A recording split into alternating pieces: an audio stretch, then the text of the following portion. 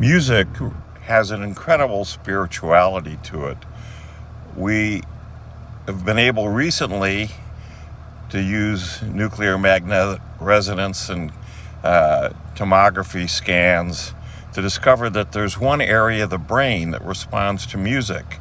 But not surprisingly, it's the same area that responds to extreme emotions. So when you're into sexual ecstasy or when you're into heavy-duty drugs, the phrase sex, drugs, rock and roll is all too true in activating this area of the brain.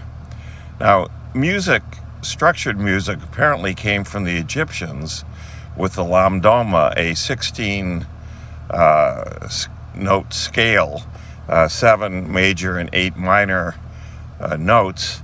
Pythagoras visited Egypt, spent 20 years there, and brought back his version of this, which was a 12-note scale, but he extracted out of it chords or keys of 8 notes each.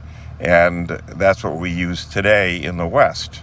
But it's resulted in an incredible diversity of spirituality and emotions.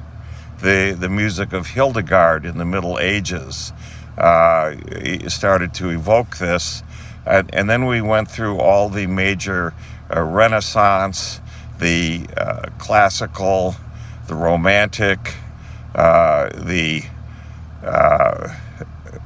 impressionistic side of things, going into very modern, such as works by Schoenberg and John Gage and so forth.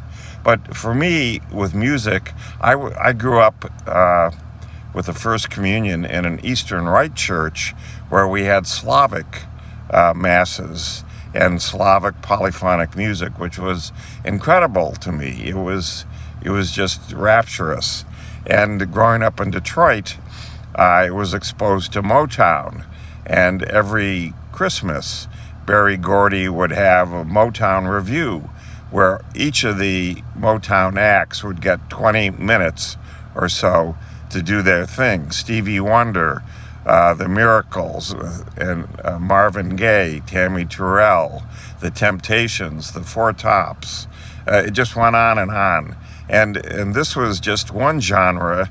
The Beatles had picked up on this and created all the music that they did in the 60s. And the spirituality of this is ignored. We'll see it come back today.